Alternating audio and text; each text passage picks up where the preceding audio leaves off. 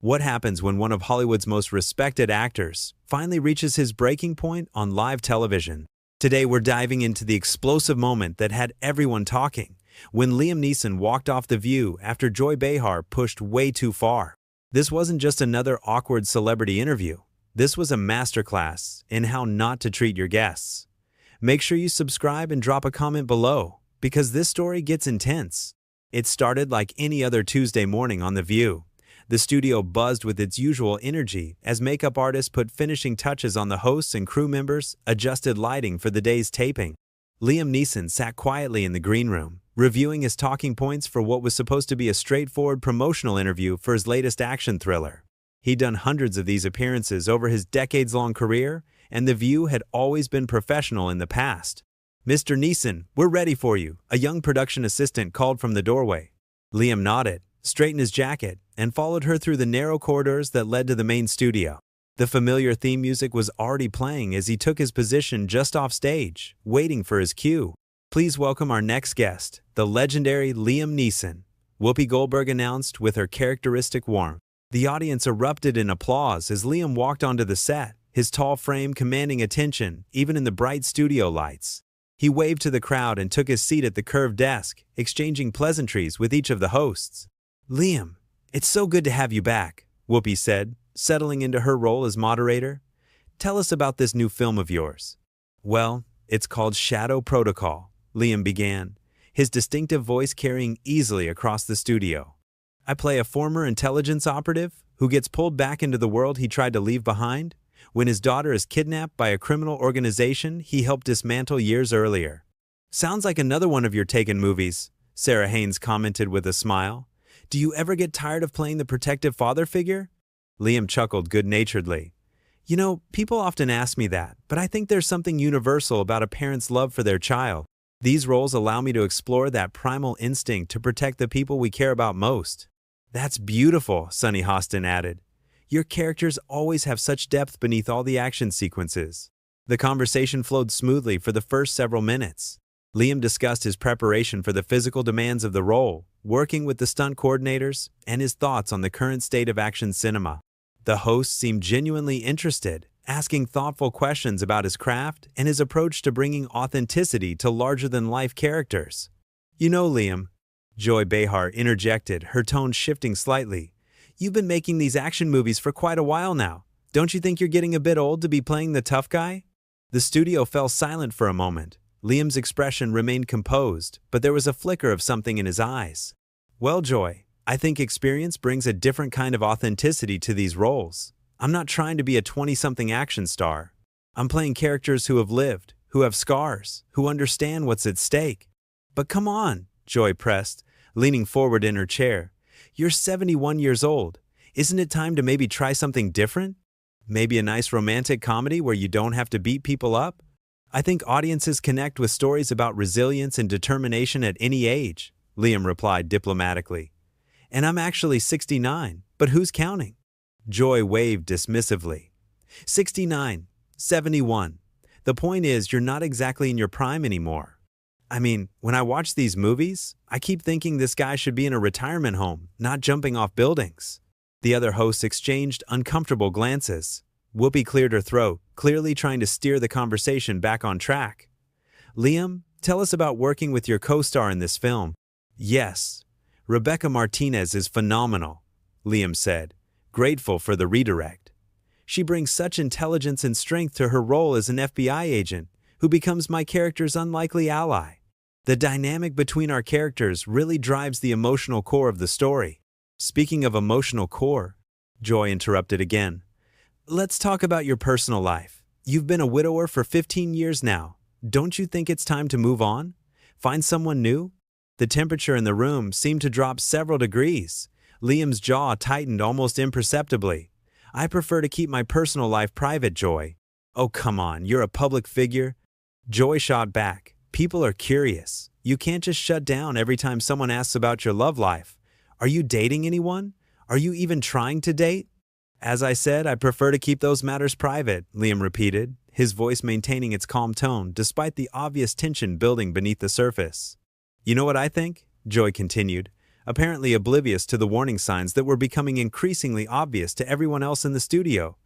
I think you're stuck in the past. You're making these revenge fantasy movies because you can't deal with real life. It's like you're living in some kind of perpetual grief cycle. Sunny Hostin looked horrified. Joy, maybe we should... No, I think this is important. Joy bulldozed ahead. Here's a man who clearly has issues moving forward, and instead of dealing with them, he makes movie after movie about getting revenge on bad guys. It's like therapy through violence. Liam's hands remained folded in his lap, but his knuckles had gone white. I think you're making some rather significant assumptions about my psychological state based on the fictional characters I portray. Am I wrong, though? Joy challenged. I mean, let's be honest here. Your wife died in a tragic accident, and ever since then, you've been making these movies where you hunt down the people responsible for terrible things happening to families. That's not a coincidence. The silence that followed was deafening. Camera operators continued rolling, but every person in that studio knew they were witnessing something unprecedented. This wasn't just inappropriate anymore. It had crossed into cruel territory. Whoopi Goldberg finally found her voice. Joy, I think we need to respect our guests' privacy on certain matters. But Joy Behar was like a dog with a bone, completely ignoring the clear discomfort of everyone around her. Privacy? He's a movie star, Whoopi. He puts himself out there. And honestly, I think the public has a right to know if the actors they're supporting are dealing with unresolved trauma that might be influencing their career choices. Liam's voice, when he spoke, carried the controlled intensity that had made him famous in roles like Brian Mills. Miss Behar, with all due respect, you're not qualified to psychoanalyze me or anyone else on national television. I don't need to be a psychiatrist to see what's obvious. Joy retorted, her voice rising. You lost your wife in a skiing accident, and now you spend your time making movies about men who lose their families and go on killing sprees. It doesn't take a genius to connect those dots. Sarah Haynes looked like she wanted to crawl under the desk. Maybe we should talk about the technical aspects of the filmmaking process instead.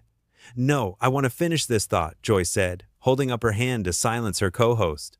Liam, don't you think your fans deserve to know that when they buy tickets to your movies, they're essentially paying to watch you work through your grief in the most violent way possible? The color had completely drained from Liam's face, but his voice remained steady. My personal experiences may inform my choices as an actor, but that's true for every performer. We draw from our lives to bring authenticity to our roles. But there's a difference between drawing from experience and being trapped by it. Joy pressed on relentlessly. When was the last time you took a role that didn't involve someone dying or being taken from you? When was the last time you played a character who was actually happy? I've done plenty of dramatic work that doesn't fit that description, Liam replied, though his patience was clearly wearing thin. Name one from the last 10 years. Joy challenged. Liam paused, and in that moment of silence, Joy pounced like a predator, sensing weakness. See? You can't, because you've pigeonholed yourself into this cycle of grief and revenge. And the worst part is, you're making millions of dollars off your own unprocessed trauma. Sunny Hostin looked absolutely mortified. Joy, this is really inappropriate. Is it though? Joy turned to face the camera directly. Here we have a man who clearly hasn't dealt with his wife's death. And instead of getting proper help, he's channeling his pain into violent fantasies that he then sells to audiences worldwide. Don't you think that's worth discussing? Liam's hands slowly unclenched, and he placed them flat on the table in front of him. When he spoke, his voice carried a dangerous quiet that made everyone in the studio lean in despite themselves. My wife's name was Natasha Richardson. She was a brilliant actress, a devoted mother, and the love of my life. Her death was a tragedy that changed me forever. And yes, it influences my work because it influences who I am as a human being. Thank you, Joy said, as if she'd scored some kind of victory. That's all I was asking for. A little honesty about how your personal trauma shapes your professional choices. I wasn't finished, Liam said, and something in his tone made Joy's triumphant expression falter slightly. What you're doing right now, what you've been doing for the past 10 minutes, is using my grief as entertainment for your audience. You're treating the most painful experience of my life like it's a parlor game, something to be dissected and analyzed for ratings. Joy's defiance returned quickly. I'm asking legitimate questions about how personal experience influences artistic choices. This is what good interviewers do. Good interviewers show respect for their guests. Liam replied. They don't weaponize tragedy for shock value. Oh please, Joy scoffed. You're being way too sensitive. This is The View, not some puff-piece entertainment show. We ask tough questions here. There's a difference between tough questions and cruel ones, Liam said, his voice beginning to rise for the first time. You're not interested in my artistic process or my career. You're interested in watching me squirm while you poke at old wounds. Whoopi tried once more to intervene. Let's take a breath here and maybe move on to discussing the action sequences in the new film. But Joy was completely committed to her destructive path. I think what's really happening here is that Liam can't handle being called out on his pattern of behavior. He's used to doing these softball interviews where everyone just praises him for being such a great action star, and he doesn't like it when someone actually challenges him to think about what he's really doing. What I'm really doing, Liam said, his control finally beginning to crack, is trying to have a professional conversation about my work while you turn it into amateur psychology hour.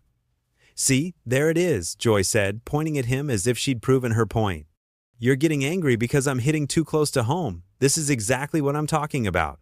You can't separate your personal feelings from your professional choices, and that's exactly the problem. The audience had gone completely silent.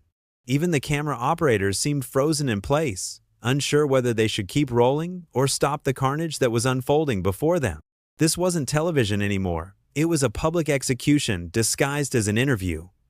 You know what the real problem is, Joy?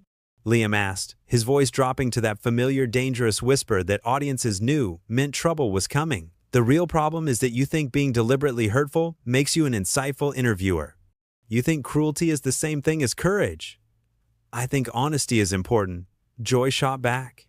And I think celebrities who make millions of dollars off their personal trauma should be prepared to discuss it honestly when they come on talk shows to promote their work. And I think talk show hosts who use their platform to humiliate their guests should find a different line of work, Liam replied, his Irish accent becoming more pronounced as his anger built.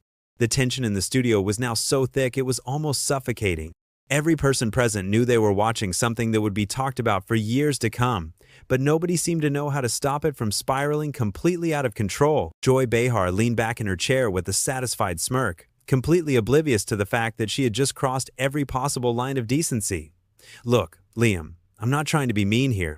I'm just doing my job as a journalist. Sometimes that means asking the hard questions that other people are afraid to ask. Your job as a journalist?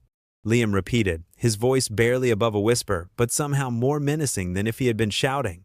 Is that what you think this is? Journalism? Yes, actually, Joy replied defiantly. Real journalism isn't about softball questions and promotional fluff.